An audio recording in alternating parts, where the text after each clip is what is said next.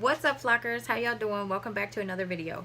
In today's video, I'm going to be talking about our 1.5-year anniversary of moving to Florida and the timeline about how everything happened and our come up. We literally came here with nothing and what we've accomplished. So if you're interested in hearing about that, keep watching. If you're new here, please don't forget to subscribe. Hit that subscribe button and join the flock. If you're not new here, thanks for coming back. Thanks for hanging out with me. And leave some positive comments, you guys. I like to interact. Let's do this.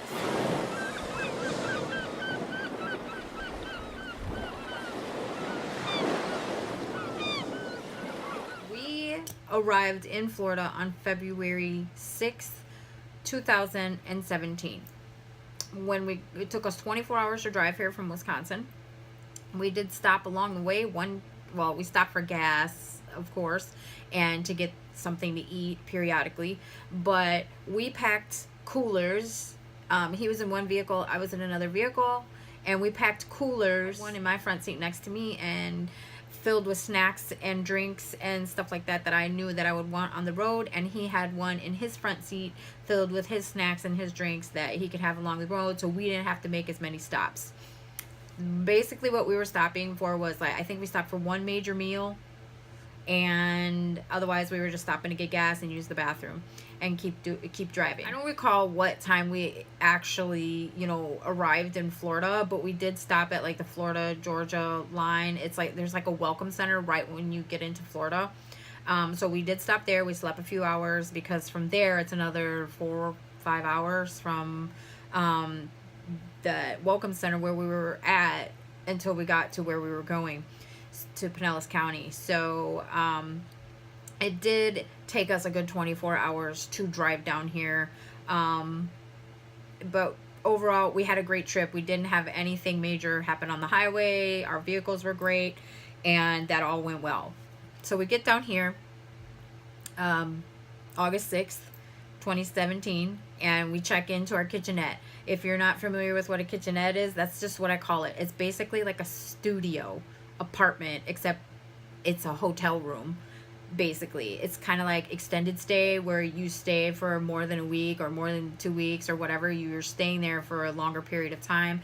And a lot of the places down here, they're called extended stays or kitchenettes, which means they have a kitchen, a full kitchen, like a stove and refrigerator with a sink and a place where you can store your dishes and things like that, so that you don't have to have that little microwave and that little refrigerator and buy food out all the time, because that is a major expense that you really don't want to take on. So for us, it was just so much easier to like go to Walmart and go shopping and bring the food home. Of course, we save so much more money that way than it is to like have to eat out every night and do stuff like that. So a kitchenette, again, is a room. It's basically a studio apartment, except for our room had 2 full-size beds in it, a full-size apartment-size refrigerator, and an apartment-size like stove, so that we could cook. We had a full kitchen. So we arrived there August 6th, and everything was great. We then had some family come to visit. It was either that my son came to visit with my daughter-in-law and my 2 granddaughters. I don't remember if that was the end of August into September, because they were here for a few days and visited us in our hotel where we were staying. They visited for a few days, and then not long after they left, like maybe I want to say a week, then as soon as we moved down here, of course, we get 2 major hurricanes. With this move came some obstacles that we really did have to overcome. And the first being so we were here August 6th, and by September 10th, we had a Cat 4 category hurricane. And then by September 20th, we had another one that was threatening Florida. We evacuated for Irma, and we drove north, and we went to Georgia with one of my husband's relatives, and we stayed there a few days, and after the hurricane passed, we came back home. 10 days later, we get another hurricane. That was Maria. We get another hurricane that was threatening Florida, which like totally destroyed Puerto Rico, and Florida was very worried about what was to come. But I don't believe that one, I can't remember, you guys. Honestly, it's been over a year and a half now. I don't remember. I know we evacuated for one of them, but I don't recall evacuating for both of them. But here, where we were staying in Pinellas County, and we were on the west side of US 19, which is by the closest to the water. So if there is a mandatory evacuation, we have to go. Otherwise, you of course are risking your life. So right there, as soon as we got down here, we're a month and a half in, and we get hit with 2 major hurricanes back to back. So we get through the hurricanes, and in the meantime, of course, we're applying for jobs and what have you. We get through these hurricanes. My son came to visit in this time, and we had 2 major hurricanes already, and now we're back and we're applying for jobs. And my husband, before Maria hit, my husband was like trying to get this job, and Maria's coming, so now they're not getting back to you. So not only were we like worried about how long it was going to take us to get jobs, now we have hurricanes that are preventing us from like securing employment, because if there's a hurricane, everything stops. And during this time, I can remember I went to Fort Myers and interviewed for a position, and they were literally telling me, and we were having this conversation, like, when can you get back to me? And we were all like, well, I'm not really sure what's going to happen with the hurricane, blah, blah, blah. And actually that was when Irma hit, and it kind of, it did flood where that job was that I had applied for, because it was down by Naples and Fort Myers and that. So it did flood down there. Anyway, so we've had to overcome a few obstacles of just like arriving down here immediately. And it's been it had been how many years since Florida even had took a major hit by a hurricane, and then bam, 2 big ones in a row. So after all that's done, we get back after Maria flies through. My husband's calling the job because the job hadn't been calling him. So he's calling the job. The phone lines are down. But we're like, we need employment, and we need it now. I had initially gotten the job that I had applied for before the first hurricane. But it was actually too far away, and my husband didn't want to, go to that area. Wasn't comfortable with it, whatever the case was. So I declined that position. But then my husband's on the phone with another place up here a week later, in this county a week later. Now Maria's flying through, and the phone lines are down, and nobody's getting back to him, and we're like, we need jobs. So my husband was like getting on the phone, and he couldn't get through, and he has to call another plant, and then this plant's connecting him. And anyway, it was just this big mess after the hurricane, right? So that was another obstacle. Trying to get a job after a hurricane flies through. You're like waiting for a response from an employer, and they can't get back to you because literally their phone lines were down. They didn't have a way to get a hold of people. So anyway, my husband ends up landing this job after he like stalked them for a little while, trying to figure out how to get a hold of them, whatever. So he lands his job. Then let's see, now we're into September, the end of September, probably, after the hurricanes and stuff blew through, and that was done. My brother says, well, I think I'm going to come down. So my brother came from Illinois. The brother that's with me now came from Illinois, and he came down to stay with us in the Kitchenette. So this is like, we were there August, and then September. He got there sometime September, like mid-September maybe, right after the hurricane, or October, November. I don't know, end of September maybe he had gotten there, and he did come to the Kitchenette, and he stayed with us. And so then from there, I think it was about October, it was mid-October. So my brother got there mid-September. He was staying with us, and he was going to relocate at that time, but things just did not work out for him. Then I got a job by the end of, or mid-October, I want to say like October 13th, 15th, something like that. I landed my first job here. So August to September, September to October, 2 months it took me to get a job. But let's recall that there were 2 major hurricanes in between all of that too. So that's really not a bad timeline, okay? So 2 months it took me to get my first teaching job. And that job I got, and the job my husband had, secured us financially. Then we were able to start looking for our house. We looked for our house on Zillow. There's a Zillow app and Trilla. I don't know how to say that. So we had both of those apps because the newspapers, nobody puts stuff in the newspaper anymore. So you can look on like Craigslist, but I don't really trust that too much. So we had Trilla and Zillow. And I did find the house that we're currently in on Zillow. Now, we got very lucky getting our house. We were literally like a block that way to the ocean, and we really did get this place at a decent price. Now, with that said, I just want to warn others that if you're looking at stuff online and you don't physically live here, just be careful, because they're very deceptive in the way they describe things, even the areas that they say they're in. Like, a lot of times it'll say it's Pinellas County, but it's not really Pinellas County, and it's Pasco County, which is a holiday.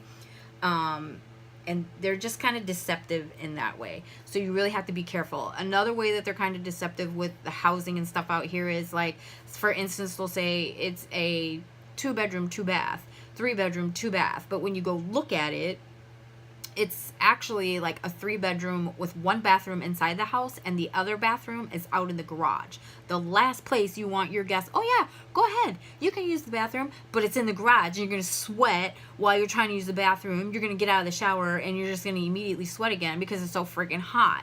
Because the bathroom, for some reason, out here, they will put bathrooms in the garages. That's something new to me, because up north, there's no way in hell we're doing that because it's too freaking cold. But out here, they think it's okay, and they do it. A lot of places are remodeling their homes, so be careful. And it'll say 2 bathrooms, but it doesn't technically have 2 bathrooms inside the house, so just be careful of that. So anyway, we found our house on Zillow. It was reasonably priced. We drove past, and I was like, I don't know, it doesn't have the greatest curb appeal. You know, I'm telling my brother and my husband, because my brother's with us, and I said, I don't know, it doesn't have the greatest curb appeal, blah, blah, blah. Well, let's just give it the benefit of the doubt, and let's make an appointment to go see it. So we did that. And the rent price was awesome. For this area and where we are at now, the rent is awesome. I'm just going to throw that out there. A lot of people, you can't rent for under $1,500 a month in the area that I'm in, and that's a 2-bedroom, 2-bath. So we really did get lucky with what we found. Anyway, so we called, made the appointment, came in, looked at the house, and like immediately I was like, wow, there's actually 2. We have it's a half a bath. So 1 bathroom is out in the hallway, and then another half a bath is in my brother's room. So I was immediately like, okay, at least there's a half a bathroom, because I'm not living with, even just me and my husband. I wanted 1.5 baths at least, because that's what we came from. And we always had a half a bath, so I didn't want to like downgrade and go back to 1 bathroom again, because it's so hard to just share 1 bathroom. So we came in, we looked at it, we liked it, and knew that we needed to jump on it right away if this is something that we really, really wanted. So immediately I told the landlords. They both came, husband and wife. They both came that day, and I was like, we're really interested. What do we have to do? We filled out an application. All 3 of us did a background credit check kind of thing, which cost us $75 each person. We gave a deposit, or after those came back, obviously fine. We gave a first month's and last month's, and that's all we had to do to move in. Our whole process, I can't lie, it was pretty easy. All I really had was a 32-inch TV as far as like furniture, and I literally took the lawn chairs, the ones that fold up that you use outside, took 3 of those, put them inside the house. My husband has like a utility table, a folding utility table. We took that from the garage, brought it in the house. That's what we put the TV on. We literally had nothing. I had no furniture. So then, slowly, gradually, I started purchasing things to, put in the house. And we've built all this. We had all of this within 6 months of moving here. Actually less, because we arrived in Florida on August 6th. We were in the kitchenette for August, September, and October. October 30th, we moved out. 29th or 30th, we moved out of the kitchenette and moved into our house. So by that 4th month, 1st of November, we were already living in our house. That's the timeline, and that's how fast it went. Remember, we had the money saved, that we were able to do the deposit and all of that. And we were living off our savings while we were living in that kitchenette. So then as we moved in here, we lived here, we moved in, and we didn't have any furniture or anything, so we used the utility table, one of those fold in half kind, for the entertainment center. I just set the TV on there, but that's all I had as far as furniture or anything. I kept one TV, which was a 32-inch TV that I had in my bedroom back home, and I kept a surround sound. So we put the TV and the surround sound on the utility table in the middle of the living room, and we had lawn chairs that we put around the TV so that we could sit and watch TV. And we had air mattresses that we were sleeping on. No joke. Sleeping on air mattresses, all three of us. So that was, I think we did that for, I want to say, a week, maybe 2 weeks. Then I did purchase the first entertainment center / dresser that someone refurbished, and I thought, my thinking with that when I bought it was, as I'm not going to keep this in the living room like long term, it's not going to be permanent in here, but I can put it in the spare bedroom once I find something permanent for the living room. So that's what I did, and I paid $60 for a entertainment center / dresser and a side table that goes with it. $60 for that. Then I purchased, so then I was able to put the utility table back in the garage. Then I purchased, let's see, what did I pick up next? Oh, the kitchen table and chairs. So I paid $30 for the kitchen table that I have, you see in my videos, and 4 chairs that came with it. This is one of the chairs here. I refinished it. So the round kitchen table with 4 chairs, $30, and I refinished it all. I made it look rustic, farmhouse, the way I wanted it to look. So we're what, $90? Then I purchased the entertainment center that I do have right now. In the meantime, though, because we had no chairs, we were sitting on lawn chairs, and they were very like uncomfortable. You couldn't sit there and watch a dang movie sitting on those things. So my husband went out and he bought those blow-up camping chairs, like air chairs, they're blow-up, and we were sitting in the living room, all 3 of us, on these big-ass chairs, because we didn't have anything, so we were just, making do, getting by with what we could afford and what we had at the time. We sat on those for like a week or 2 until the furniture came in, and then we got our furniture. And then I purchased another buffet, which looks like a dresser, but it's an old school like buffet type of piece, and it had drawers and stuff, and I refurbished it and refinished it, and now it is my living room entertainment center. So that was $30. So we're at 60, 90, $120. So we're at $120 now that I spent on all the furnishings at this point. And I have almost finished my whole house by now. My house is not big. It's a 2-bedroom. It's small. It might be 900 to 1,000 square feet. It might be. So then I ended up purchasing some patio furniture for cheap. And remember, I'm getting these things off OfferUp and Let Go and OfferUp. I'm not going out and buying everything brand new. That's not what I wanted to do. So right now for the big pieces of furniture, I'm at $120, and I paid $10 for 2 chairs and a little table for outside on the lanai. It was just me, my husband, and my brother, so we didn't need much. And then our bed came. We got a bed, which was a pretty penny because, we had to repurchase. You don't buy a used bed, in my opinion, so I didn't want to, so we purchased brand new. It was $800 for our bed, so I'm still at $1,020, and our furniture was like $1,700, so what are we looking at? $2,620, and then I spent another $30. No, excuse me. And then I bought the buffet that's in our kitchen. It's an extension of my countertop because I needed more space. So that was $20. So $2,640 we're at. And then what else? Oh, my dresser, it sits right here. I refinished it all. It's very cute. I got that for free off of OfferUp, Let Go, one of those. So I think that's it.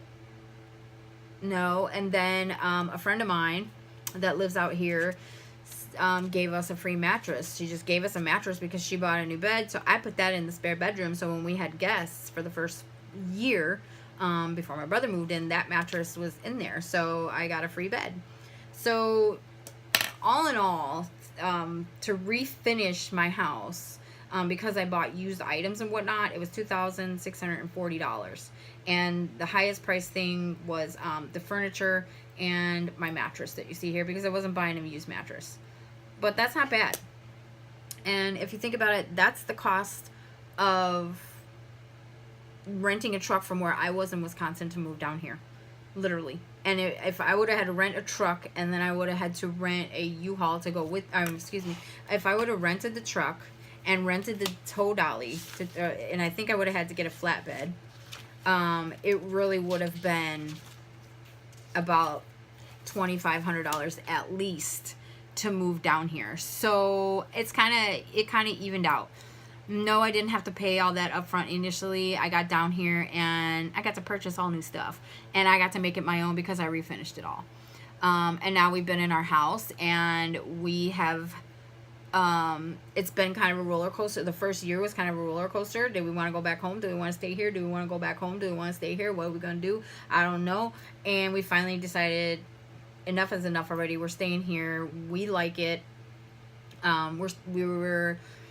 The only major problem that we really had were two major problems: is getting used to being away from family and friends and our kids, and getting used to the pay down here, because there's a big difference. And sometimes we still have to adjust to that, because if you're used to one type of lifestyle and then all of a sudden, bam, you're like forced to live another lifestyle, like all of a sudden, it's shocking to some people. To us, it was. My husband still struggles with that because he took, a $6 pay cut to come down here. But it's like a trade-off, you know what I'm saying? You either want to live up north and you want to be minus 55 degrees like it was last week, or you want to live in Florida where it's like 80 degrees today and it's February 6th. Do you know what I mean? So it's seriously a trade-off. And like yesterday back home, they had an ice storm. So it's a trade-off, but Florida, and another thing is that Florida doesn't have a state tax. So when you are getting paid, they're not taking as much out of your paycheck as they said they would up north per se. So yeah, you got it. It comes with the territory. I think this is one of the best decisions that I've ever made, and I'm happy with my decision. Yes, it takes time to work through all the changes and adapt and stuff like that. But once you do, now that I have, and it's becoming easier for me, I'm happy that I did this. In the future, I see us buying a home out here and staying for quite a while. Forever, I don't know. But right now, in this moment, yes, I do see us staying here, buying a house, and just having family come down and visit, and us going back to visit them. Within 6 months of living here, you guys, we have built everything back up. So it is possible. I just want anybody that's thinking about doing this, to know that it is possible. It is doable. Just follow your heart, follow your dreams if that's what you want to do, because I am living proof that it is possible and it can happen.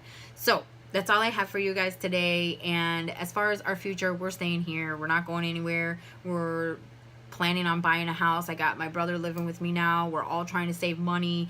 Good things are happening for everybody in the family, and I see us in the next year or so buying a house, finding an area where we want to be and plant roots and stay there for the long term.